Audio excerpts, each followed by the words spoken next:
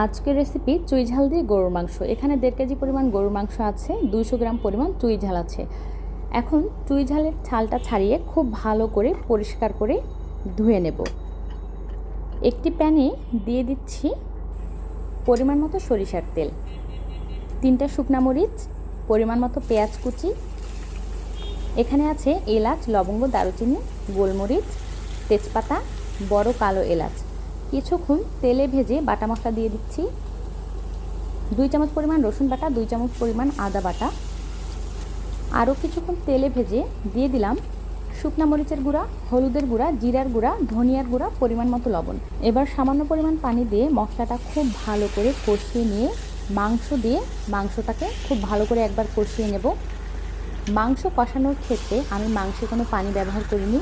মাংস থেকে যে পানিটা বের হবে ওই পানিতেই মাংসটা খুব ভালো করে কষিয়ে নেব। এবার ঢেকে দিয়ে চুলার আঁচটা কমিয়ে দেব, মিডিয়াম আঁচের থেকে আরেকটু কম করে দেব। কিছুক্ষণ পর ঢাকনাটা উঠিয়ে মাংসটা বারবার নেড়ে দেব, মশলাটা পুড়ে না যায়, কারণ আমি কোনো পানি ব্যবহার করিনি মাংস কষানোর ক্ষেত্রে। আর পানিটাও অনেক শুকিয়ে গিয়েছে আগের থেকে, মাংসের কালারটাও অনেক চেঞ্জ হয়েছে। আপনারা মাংস রান্নার ক্ষেত্রে যে মাংসের তরকারিতে পানিটা ব্যবহার করবেন না মাংস কষানোর সময়, সেক্ষেত্রে চুলার আঁচটা সবসময় অনেক কমিয়ে দেবেন, মিডিয়ামের থেকেও আরেকটু কমিয়ে দেবেন এবং ঘন ঘন নেড়ে দেবেন, মশলাটা যেন একদম পুড়ে না যায়। মশলা পুড়ে গেলে মাংসের টেস্ট চেঞ্জ হয়ে যায় এবং হালকা পোড়া একটা ঘ্রাণ আসে, সেক্ষেত্রে তরকারির স্বাদটা কিন্তু নষ্ট হয়ে যায়। আমি খুব ভালো করে মাংসটা কষিয়ে নিয়েছি। এখন দিয়ে দিচ্ছি চুই ঝাল এবং কয়েকটা আস্ত রসুন।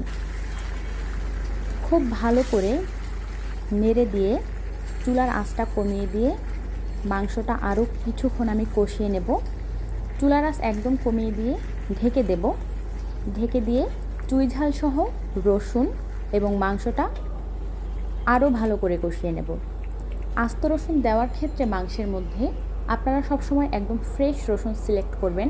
কোনো রসুনে একটা কোয়াতেও যদি পোকা থাকে অথবা নষ্ট থাকে, ওই ধরনের রসুন আপনারা ব্যবহার করবেন না। সেক্ষেত্রে একদম রসুনের মধ্যে ছোট পোকা থাকে, সেটা কিন্তু দেখা যায় না রসুন না ভাঙা পর্যন্ত। এর জন্য আপনারা সবসময় ফ্রেশ রসুনটা ব্যবহার করার চেষ্টা করবেন, সেক্ষেত্রে রসুনের মধ্যে পোকা থাকে না। মাংসটা খুব ভালো করে কষানোর পরে একদম ফুটন্ত গরম পানি দিয়ে দিলাম। এবার নেড়ে দিচ্ছি, খুব ভালো করে নেড়ে দিয়ে এরপরে আমি ঢেকে দেব। আমি সবসময় মাংস রান্নার ক্ষেত্রে মাংস কষানোর মাধ্যমে মাংস অর্ধেকটা সেদ্ধ করে ফেলি, বাকি অর্ধেক মাংস সেদ্ধ করি পানি দেওয়ার পরে। ঢেকে দিলাম, অল্প কিছুক্ষণের মধ্যেই আমার রান্না শেষ হয়ে যাবে। ভীষণ মজাদার একটি রেসিপি দক্ষিণ অঞ্চলের চুই ঝাল দিয়ে গরুর মাংস, সাথে যদি আস্ত রসুন থাকে তাহলে তো আর কথাই নেই। কালারটা ভীষণ সুন্দর হয়েছে, ঝোলের পরিমাণটা এরকমই থাকবে। রান্না শেষ হয়ে গিয়েছে, এবার চুলাটা বন্ধ করে দেব। একটা প্লেটে কয়েক টুকরো মাংস তুলে আমি আপনাদেরকে দেখাচ্ছি। তরকারির রঙটা দেখতে যেমন সুন্দর হয়েছে, খেতেও কিন্তু দারুণ মজা হয়েছে।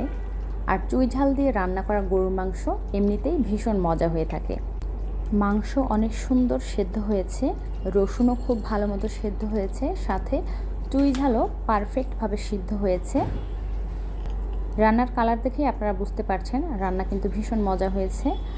আপনারা অবশ্যই এইভাবে ট্রাই করে দেখতে পারেন, আশা করছি ভালো লাগবে। আমার ভিডিও আপনাদের যাদের ভালো লাগে আপনারা অবশ্যই আমার সাথে থাকবেন, আমার ভিডিও কন্টিনিউ দেখবেন। আর এতক্ষণ আমার সাথে থাকার জন্য অসংখ্য ধন্যবাদ।